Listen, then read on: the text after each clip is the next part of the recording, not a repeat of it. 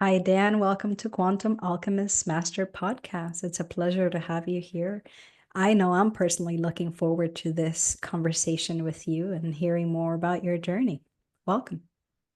Thank you. I'm honored to be asked to do anything where I get to carry this message that has been so freely given to me. Thank you so much. Would you care to tell us about your beautiful journey? Yeah, and it's always one. It's always funny to like keep it in a compact space, but I think I can do that. Uh, I grew up as just a regular old middle-aged kid in the middle of America, Midwestern America. Had, as far as I'm concerned, great parents. Although they did put stuff into me that did not serve me, which I found later on by using the tools that were given to me. Got married, had 17-year marriage, had two children, and drank and drugged the whole time and didn't think it was a problem. Didn't. And to some extent, it really wasn't. I see where it was today, but it really wasn't. But uh, when I was 41, I entered AA thinking I had a problem, and I tried to manage my own recovery my way, which over the next 4 years, I found out didn't work, and I crashed and burned. When I was 45, my alcoholism addiction crashed completely down on me, and I was facing 6 to 20 years in the Indiana Department of Corrections. And that marriage was over. I'd have given away that. I won't say I lost that 17-year marriage. I gave it away. That was me. I gave it away, and I was on the verge of losing everything. I was on the verge of losing my employment, my home, everything. You go to prison, it makes it awful tough to make house payments and car payments and things like that. And you know, I had that moment that you hear so well, even though with those consequences hovering above me, could not stop using the chemicals that were killing me, that were causing this entire problem. I still couldn't quit. And that's where we get into this concept of powerlessness. I was completely powerless, and I had to get some power that I could live on, that could support me. And, did the typical jailhouse prayer, the hospital bed prayer, the uh, help me, somebody, if you are out there, I need your help. And and that's when I entered into recovery. And we have a definition for recovery where we say, and you can look it up in the dictionary, you'll find the same one. It says to reclaim that which was lost or stolen. And it's like your car, right? When they come and get your car and take it back to their place because you haven't made your payments, or you go recover something you lost on a trail someplace. And what I had lost was my very soul, myself, my being, who Dan is. I'd lost my voice. I'd lost my connection to my compass needle that allows to guide me to where I'm supposed to be going. And that had all disappeared. And I love that definition of recovery coming from that angle. Um, and then here's another famous saying: when the student is ready, the teacher appears. And that happened to me in a 12-step meeting one night, where I've been listening to a gentleman for 4 to 6 to 8 weeks talk, and I really wanted that guy to help me. And I knew it in my heart. I could feel it, and I'm in touch with that a lot better now, and I can act on that. But back then I couldn't really act on that. And I was scared to ask him. Just was just like so many of us, I was afraid to ask for help. And I certainly was afraid to ask this other man for help. And one night in that meeting, I walked in and I was really hurting. I'd been to court that day. They were still talking about how long they were going to put me in prison. I was scared to death. And I walked in there and did what we call a burning desire. And I poured out my bucket and told the group, because I've been lying to them the whole time, I'm good, I'm fine, I'm okay. And meanwhile, I'm very not okay. But that night, I came in there and I poured out my soul to that group of men. And the very guy who I so much wanted to work with me made a beeline to me after the meeting and said, I want to work with you. I think I can help you. And when I walked out of the building that night, the stars were brighter.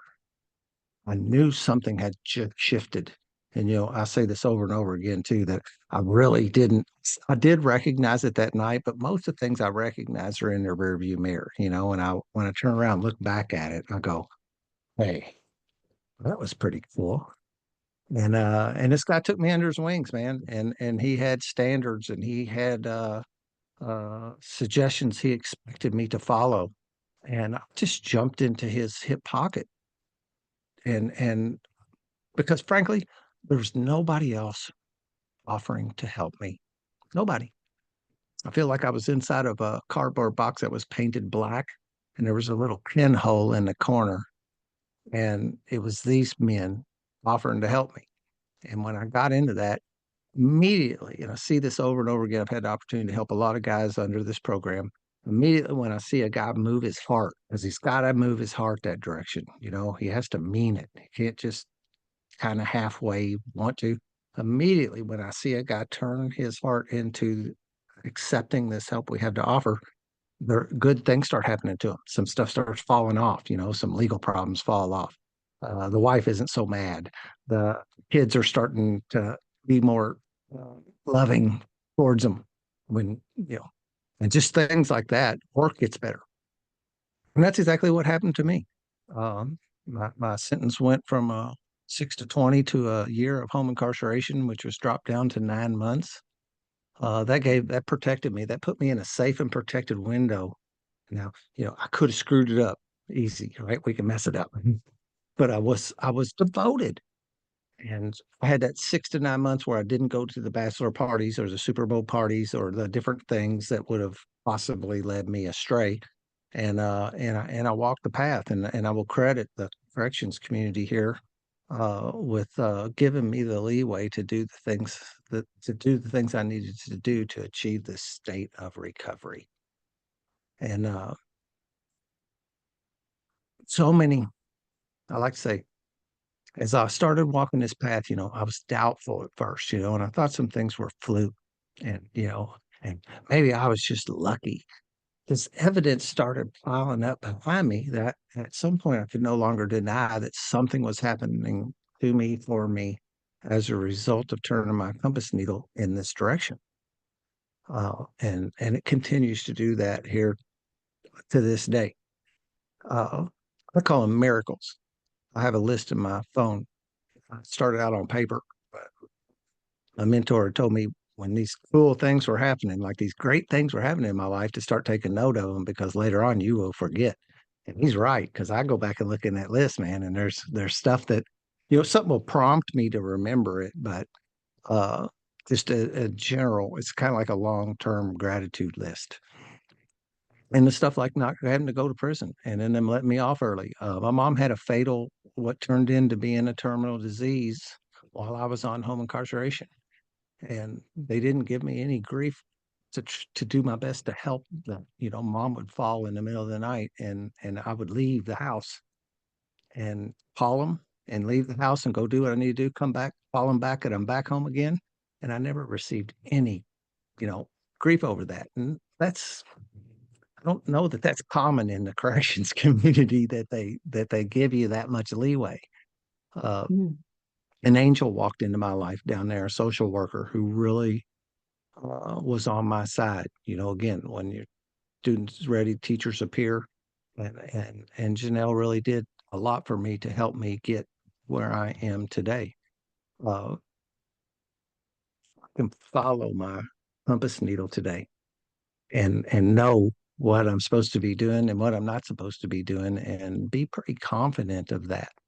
And it's all a result of this thing's called the 12 steps. I launched a podcast called the Spiritual Underground Podcast, where people tell the same stories as I'm talking. But more importantly, my my mentor, my sponsor, and I are convinced that the 12 steps are a way of life that people need. It's an avenue, There's a lot of different modalities for healing, and I love that we're all a bunch of people doing good for the world, a force for good in the world, and have their things. But we've started up a deal where we are offering the 12 steps to anybody that wants it. And then we questioned that back a while back, like, would this help people who don't have addiction, gambling, overeating? Would this help just like our normal people. I don't know if anybody's really normal, but uh, Good point. would this help them too? So we actually took it upon ourselves to start some groups here in Louisville, Kentucky, and start offering these 12 steps to people who just life wasn't what they thought it should be. Uh, there's got to be more to this than what I'm receiving. And we found out that these 12 steps that saved millions of other alcoholics, addicts, gamblers, uh, there's like 100 other 12 steps fellowships. But to my knowledge, nobody has ever said, everybody, you're welcome. Let's here, let me offer this to you. I don't know any program out there that's anybody anonymous, just everybody. And so we started having people come. They were drawn to it. And we saw that this work does the same thing for them as what it did for us. And over my shoulder there is the I am one too. And we have started a podcast to start uh, I don't like the word, 12 step principles are attraction rather than promotion. But I'm going to use the word promote anyway because I'm ready to get up on the hill and say, hey, you want help? Maybe our way is the way you need. And we started we're going to rename it, but right now there's currently a number of meetings here in the Louisville area, and some of them are Zoom, so you could join them from any place in the world, called 12-Step Spiritual Recovery. And that gets back to that spirit. Like I said earlier, I had lost my very soul, the spirit, and then that recovery to reclaim that which was lost or stolen. And it's doing great. People are getting help, and and Holly, there just is nothing that's helped me. There's nothing more fulfilling to my heart than when I get the opportunity to help somebody else, whether if it's carry their garbage cans in or, frankly, resurrect their entire life. I'll take either. That whole life thing is something else. After 28 years in corporate America, I am now self-employed and kind of have a handle on my own destiny. It's just another thing that came out of recovery that I would have had no idea I would have been. I thought I was stuck in that job for the rest of my life, and I'm not. I'm out having time to do things like this and running around. And it's interesting that I run around handyman a lot, and I see how that is this another service opportunity, even though some energy gets exchanged for my service. It's still when I walk out the door, these people are happy because the things that were broken in their house a little bit ago are fixed, and I get to help them do that. And I guess higher power, the universe, whatever, keeps on putting me in a position to help people, as long as I land myself, there to be able to do that. Uh, it's my mission today. It is my mission to and I joined a program for a little bit. I'm also it was offered me so many things to break free of that was holding me back. I'm a registered yoga teacher today. I'd have never thought that would have been the case. Very I get cool. Yeah, I get to do so many cool things. We made a mission statement in a group of men's group. It's called the Mankind Project, but ultimately it's just men helping men be better men. And it was really good. And I would still be in it today, except for I had a wonderful mentor in that department that's sat down and talked to me about where I was sharing my energy and maybe I was splitting it and it really wasn't. I could get more of it here instead of splitting it apart. If I have 100% energy and I split it apart, probably each half is getting 30% and the rest of the 40 is getting wasted. And he said, I think you need to continue to focus your time in recovery and maybe back out of here. But the one thing I still carry with me today is that mission statement they helped us create, encouraged us to create. And that's to create a world of healing recovery by guiding others towards their true purpose through the magic of the 12 steps. And it really is some level. I don't know how it works. That's why I call it magic. I just see it work. It's the scientific approach, right?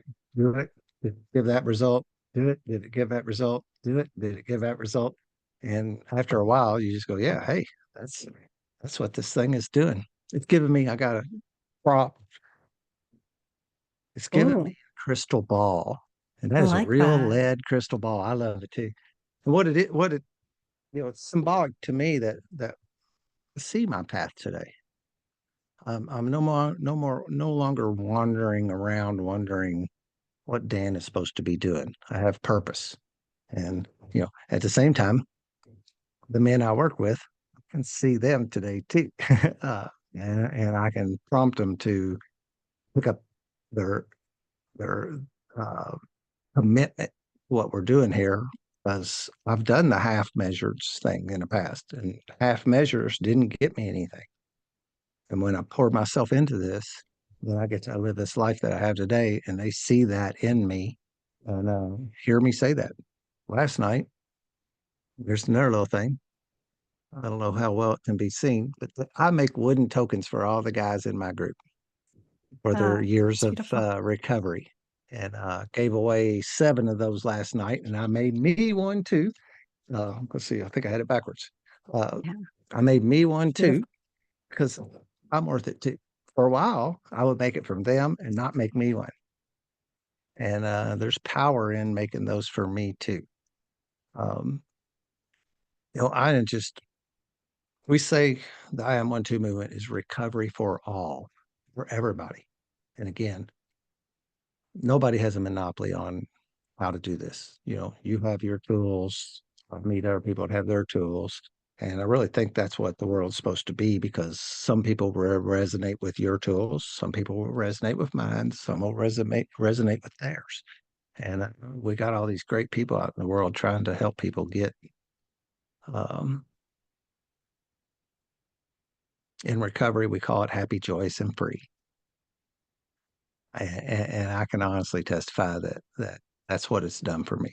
And there's nothing I will not withdraw my. I'm gonna be standing up on that mountaintop, beating this drum for for as long as I'm able. And I believe higher power wants me around for a while, so I will just keep on doing it. So we have that. My podcast is called the Spiritual Underground Podcast. You can find it everywhere. It's on YouTube, but most of it's audio only out on the podcast channels. This one we've been started up earlier this year, and you can see it. It's the letter I, kind of like iPad. It's I, the letter M, one, the number 1, 2, and that goes for I am 1 2. I am one of you also. I am connected with you. It brings the group together.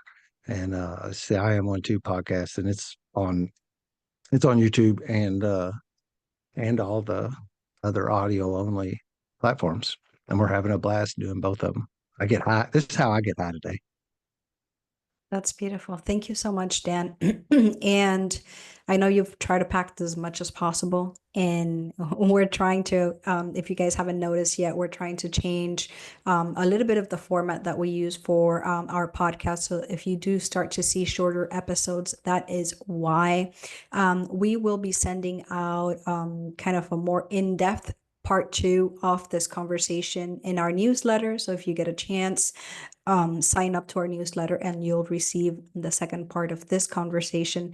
Dan, for those that are listening, how can they reach you? Is there anything else that you want to share before we move to that part 2?